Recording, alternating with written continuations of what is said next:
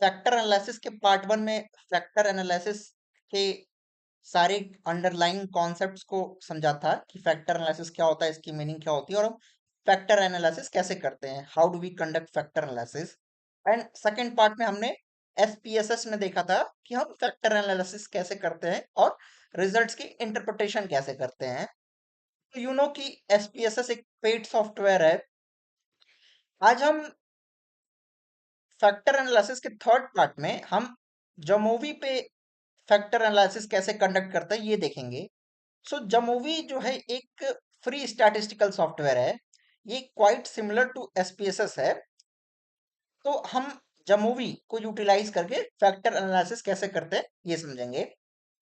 तो अगर मैं आपको एक बार रिवीजन करा दूं कि फैक्टर एनालिसिस कैसे करते हैं, तो हमारा जो फ्लो चार्ट था उस फ्लो चार्ट को अगर हम देखें तो सबसे फर्स्ट स्टेप था formulation of problem. Then next step था construction of correlation matrix. Then third step is determine the method of factor analysis. Fourth step is determine the number of factors.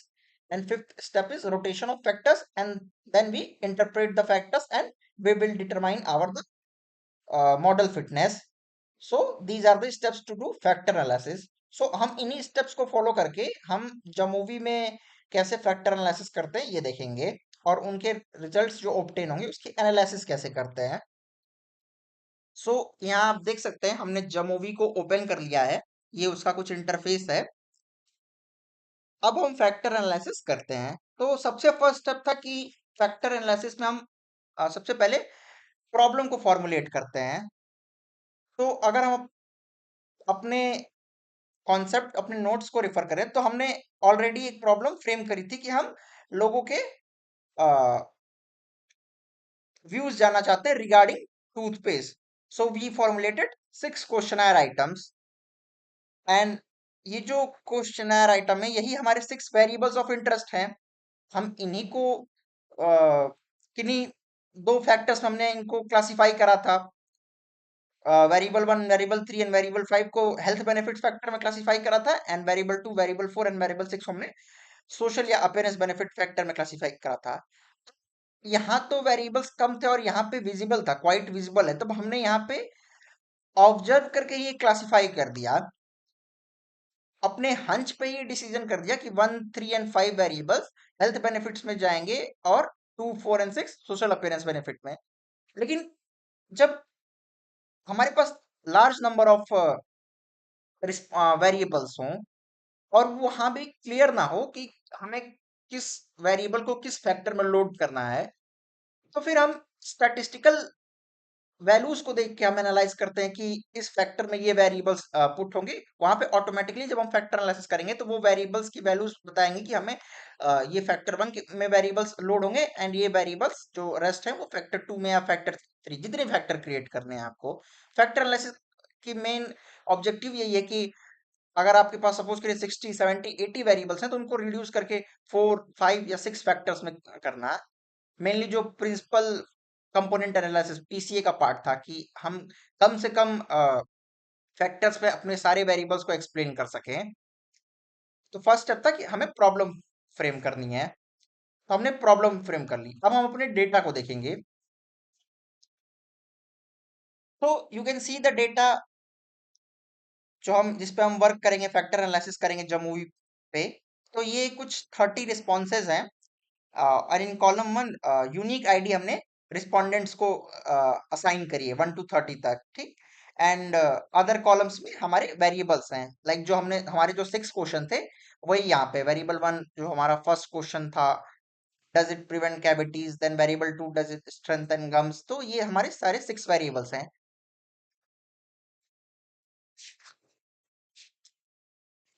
सो हमने respondent से ये पूछा कि वो indicate करें कि इन क्वेश्चंस के बीच में अपनी एग्रीमेंट या डिसएग्रीमेंट को इंडिकेट करें।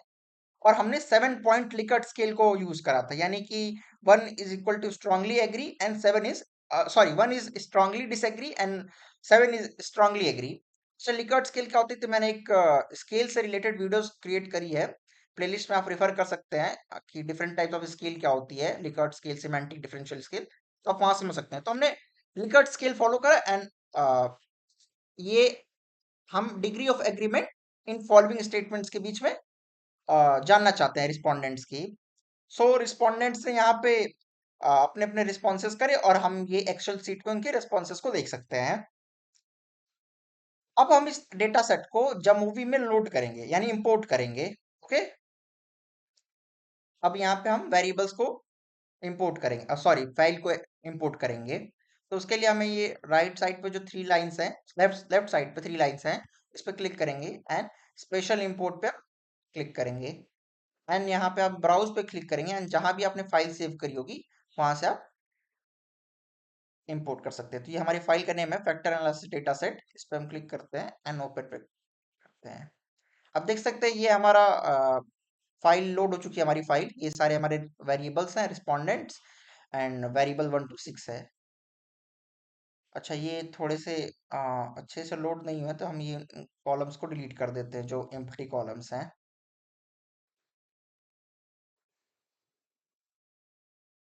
अब आप देख सकते हैं कि कॉलम 1 में रिस्पोंडेंट्स एंड कॉलम 2 से लेके कॉलम 7 तक हमारे सारे वेरिएबल्स। अब हमें फैक्टर एनालिसिस करना है, तो हम फैक्टर करके आपके जो मूवी पे एक टैब होगा, अगर आप टॉप पे ऑब्जर्व करेंगे तो ये फैक्टर करके एक टैब है। तो आपको फैक्टर एनालिसिस करने के लिए इस टैब पे क्लिक करना है एंड यहाँ पे आप देख सकते हैं डिफरेंट डिफरेंट स्टैटिस्टिक्स है।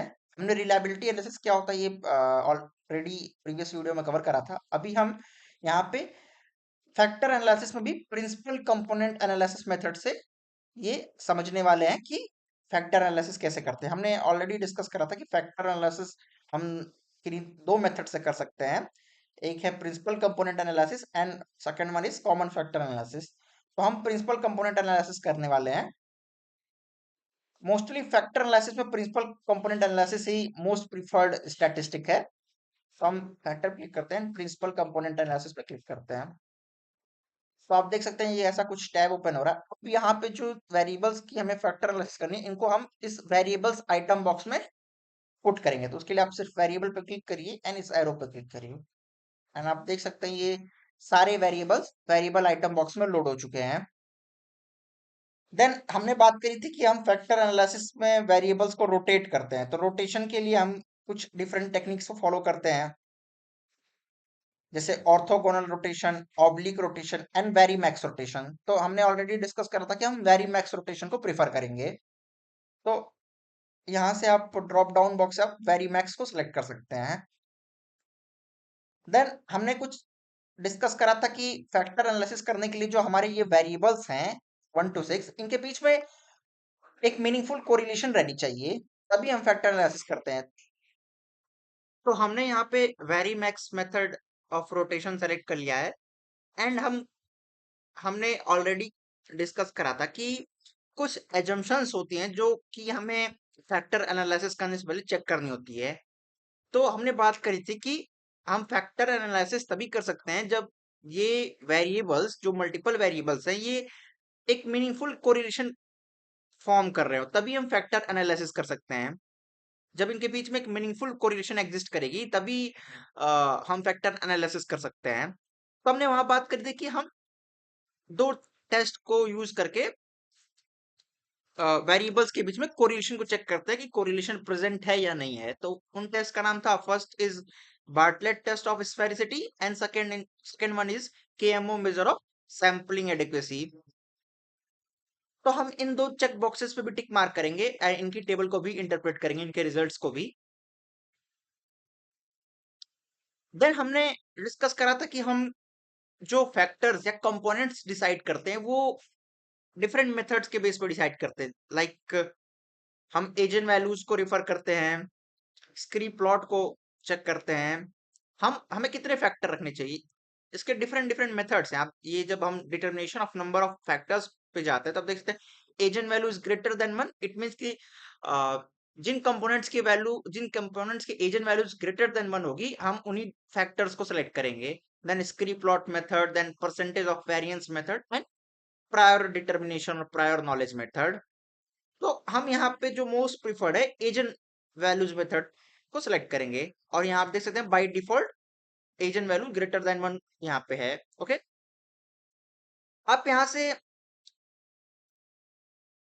खुद भी डिसाइड कर सकते हैं, जैसे हमने डिस्कस करा था कि हम अपने प्रायर नॉलेज या कोई थियोरेटिकल फ्रेमवर्क के बेस पे डिसाइड कर सकते हैं। लाइक सपोज कि हम टूथपेस्ट के को किन्हीं दो फैक्टर से कंपोनेंट्स में डिवाइड कर सकते हैं, या appearance benefit and health benefit. तो हम यहाँ से प्रायर नॉलेज है कि हम उसे दो फैक्टर में डिवाइड कर सकते हैं, दो कंपोनेंट में। तो यहाँ पे हम टू ऐसे इंसर्ट कर सकते हैं, थ्री कर सकते हैं। तो ये हमारे विल पे डिपेंड करता है।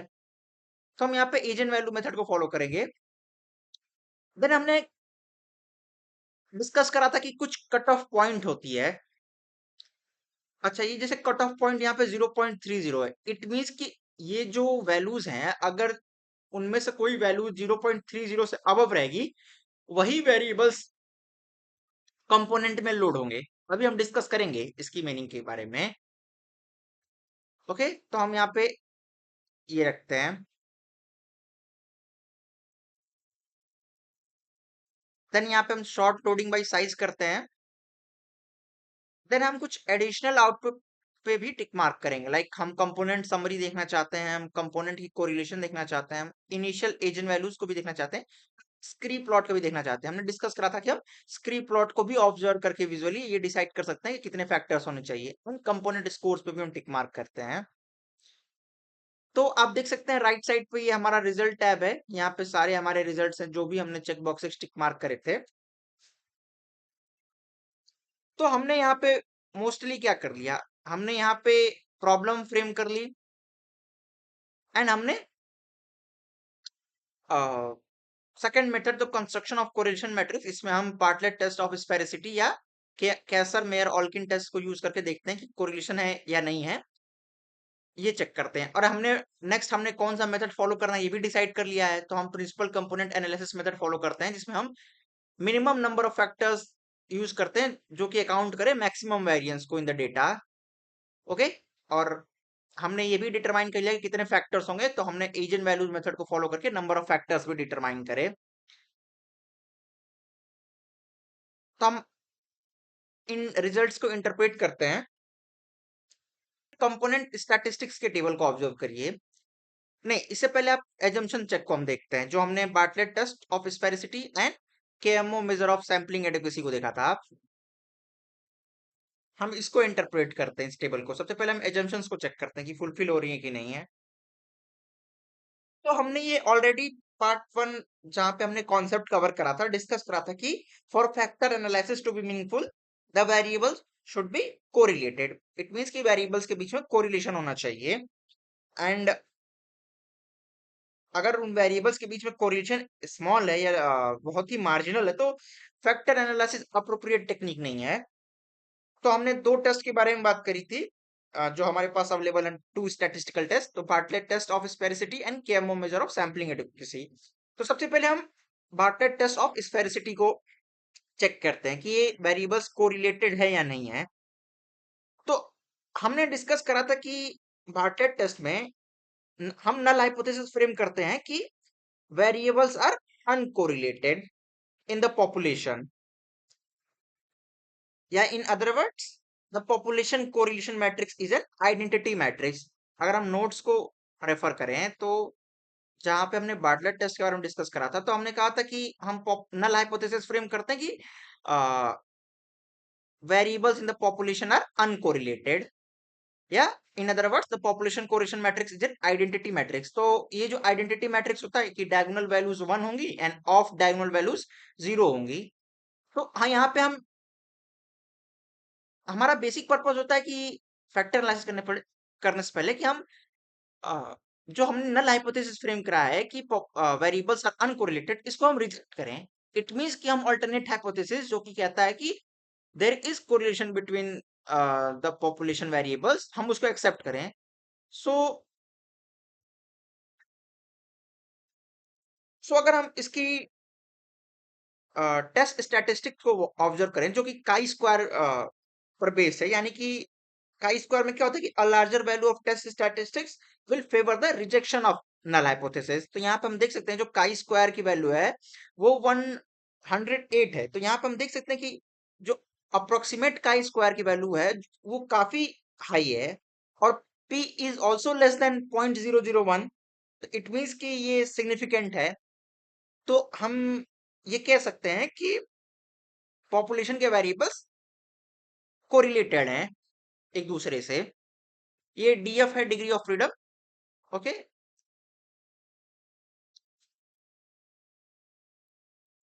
अब हम देखेंगे केएमओ मेजर ऑफ सैम्पलिंग एडुकेसी। हम इस टेस्ट से भी ये चेक करेंगे कि सैंपल की एडुकेसी है या नहीं, यानी कि कोरिलेशन है या नहीं वेरिएबल्स के बीच में। तो ये test magnitude of observed correlation coefficient और magnitude of partial correlation coefficient को कंपेयर करता है, यानी observed correlation coefficient and partial correlation coefficient को कंपेयर करके ये एस्टैब्लिश करता है कि कोरिलेशन है या नहीं है। अगर आप देखेंगे तो केएमओ की वैल्यू आ रही है 0.658। हम ओवरऑल केएमओ की बात करें, ऑल 6 वेरिएबल, आप इंडिविजुअल वैल्यूज भी देख सकते हैं। तो अगर हम इसकी इंटरप्रिटेशन करें तो ये जो है हायर साइड पे है 0.658, तो हम ये कह सकते हैं कि इसकी वैल्यू लार्जर आ रही है, तो इट मीन्स कि हम फैक्टर एनालिसिस कर सकते हैं। तो हमने एजम्पशन चेक करके ये चेक पहले ये चेक करा कि हम फैक्टर एनालिसिस कर सकते हैं या नहीं। तो इन दो एजम्पशन का रिजल्ट यही है, इंटरप्रिटेशन, कि हम फैक्टर एनालिसिस कर सकते हैं। It is suitable technique for our data. तो हमने अभी तक प्रॉब्लम फ्रेम करी, हमने Bartlett test of sphericity and KMO measure से हमने उसकी कोरिलेशन भी चेक करी।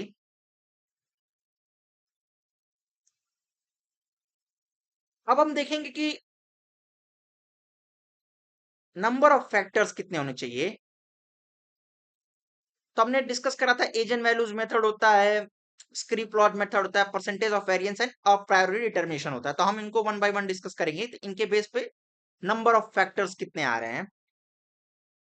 तो हम समझते हैं एजेंट वैल्यूज टेबल को देखते हैं। तो इस टेबल को लेबल किया गया है initial agent values table.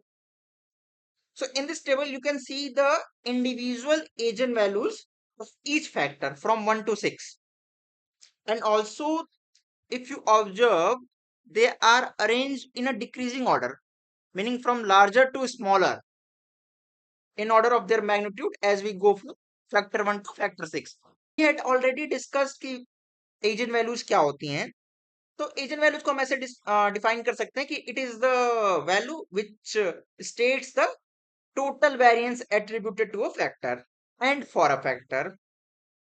in simple words कि अगर आप इसको ऐसे समझ सकते हैं कि हमारे पास 6 फैक्टर्स हैं, तो हम उनकी इंडिविजुअल वैल्यूज को, एजेंट वैल्यूज को, अगर हम सपोज के लिए 2.7072 को अगर नंबर ऑफ फैक्टर 6 से डिवाइड करेंगे, तो हम we can get the factor of variance which is explained of total. It means कि इन 6 में से 145% कंट्रीब्यूट कर रहा है, 237 कंट्रीब्यूट कर रहा है, 37%, 45%, ऐसे 3 उनकी टोटल 100% होगी।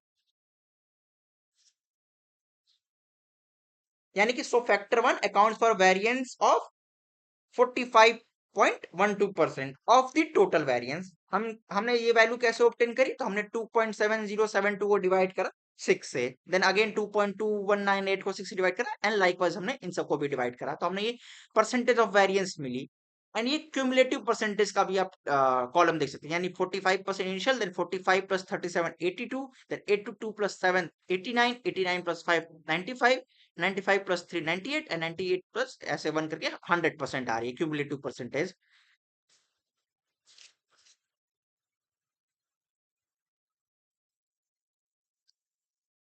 तो हमने डिस्कस करा था कि एजेंट वैल्यू जब ग्रेटर देन 1 होती है, तो हम उन्हीं फैक्टर्स को कंसिडर करते हैं, रिटेन करते हैं अपने मॉडल में। तो यहां पर आप देख सकते हैं कि ओनली 2 फैक्टर्स की एजेंट वैल्यूज ग्रेटर देन 1 है, और वो फैक्टर क्या क्या है, कंपोनेंट्स वो है कंपोनेंट 1 एंड कंपोनेंट 2। तो इट मींस कि अब ये क्लियर है कि सिर्फ हम दो फैक्टर्स एक्सट्रैक्ट करने वाले हैं। ये तो एजेंट वैल्यूज के बेस पर हमने डिसाइड कर लिया कि हम दो फैक्टर्स को एक्सट्रैक्ट करने वाले हैं। तो हमने डिस्कस करा था कि डिफरेंट डिफरेंट मेथड्स होते हैं for determination of number of factors. तो हमने एज एंड वैल्यूज के मेथड से डिसाइड कर लिया। अब हम स्क्री प्लॉट को मेथड को देखते हैं, इससे कैसे हम डिसाइड करेंगे। तो हमने डिस्कस करा था कि जहां पे भी एल्बो या ब्रेक पॉइंट आएगा और जहां भी लाइन ब्रेक होगी हो तो हम वहां पे स्टॉप करते हैं और वही हमारे नंबर ऑफ फैक्टर्स होते हैं। तो और एक जब मूवी में एक इसका और बेनिफिट है कि यहाँ पे देखिए ऑटोमेटिकली एक लाइन यहाँ बना कर दे रहा है और इस लाइन के जो अबव है उतने ही हम फैक्टर्स डिसाइड करने वाले हैं। देखिए ये 1 और 2, इट मींस कि स्क्रीन प्लॉट भी ये डिपिक्ट कर रहा है कि हमें 2 फैक्टर्स रखने हैं। ओके, यहाँ से फिर आप लाइन देख सकते हैं फ्लैट हो रही है, तो इट मींस कि हमें 2 फैक्टर्स रिटेन करने हैं। जब हम स्पेसेस में एनालाइज कर रहे थे तो वहां पे 3 आ रहा था, बट हमने अपने प्रायर नॉलेज के बेस पे भी ये डिसाइड करा कि हम 2 फैक्टर ही रिटेन करने वाले हैं। लेकिन जब मूवी की एक बेनिफिट यही है कि यहाँ पे देखिए एक लाइन बना दे रहा है और हॉरिजॉन्टल लाइन और मार्क कर रहा है कि हमें 2 फैक्टर रिटेन करना है। तो हम स्क्रीन प्लॉट से भी हमने ये इन्फर करा कि हमें 2 फैक्टर रखने हैं। एजन वैल्यूज भी 2 फैक्टर की बात करता है। देन जो नेक्स्ट है, हम परसेंटेज ऑफ वेरिएंस से समझते हैं हमें कितने फैक्टर रिटेन करने हैं। तो आप जब क्यूमुलेटिव परसेंटेज ऑफ वेरिएंस को ऑब्जर्व करते हैं तो आप देख सकते हैं कि जो जो फर्स्ट 2 फैक्टर्स हैं वो अप्रॉक्स 82% टोटल वेरिएंस में एक्सप्लेन कर रहे हैं। हमारे मॉडल में 82% की वेरिएंस यही 2 फैक्टर्स एक्सप्लेन कर दे रहे हैं। इट मींस कि अगर हम एडिशनल फैक्टर कोई और ऐड करते हैं लाइक 3 फैक्टर या 4 फैक्टर करते हैं तो हमें कोई एडिशनल गेन नहीं होगा, कोई एक्स्ट्रा गेन नहीं होगा, क्योंकि हमारे यही 2 फैक्टर अप्रॉक्स 82% एक्सप्लेन कर दे रहे हैं। सो हमारा मॉडल परफेक्टली फिट है। तो यहाँ पे जो परसेंटेज ऑफ वेरिएंस मेथड भी ये वही कहता है कि हमें 2 फैक्टर ही रखने हैं। सो हमने एजम्पशन चेक कर लिए कोरिलेशन है या नहीं, एजन वैल्यूज के बेस पे हमने डिसाइड कर लिया कि कितने फैक्टर्स होने चाहिए। हम principal component analysis method follow कर रहे हैं। आप इन स्टेप्स को देखते जाइए। हमने सबसे पहले प्रॉब्लम फॉर्मुलेट करी, देन हमने कोरिलेशन चेक करा, देन हमने कौन सा मेथड फॉलो करना है उसको डिसाइड करा, प्रिंसिपल कंपोनेंट एनालिसिस, देन हमने कितने नंबर ऑफ फैक्टर्स होंगे ये डिसाइड करा। तो हम रोटेशन करने वाले हैं।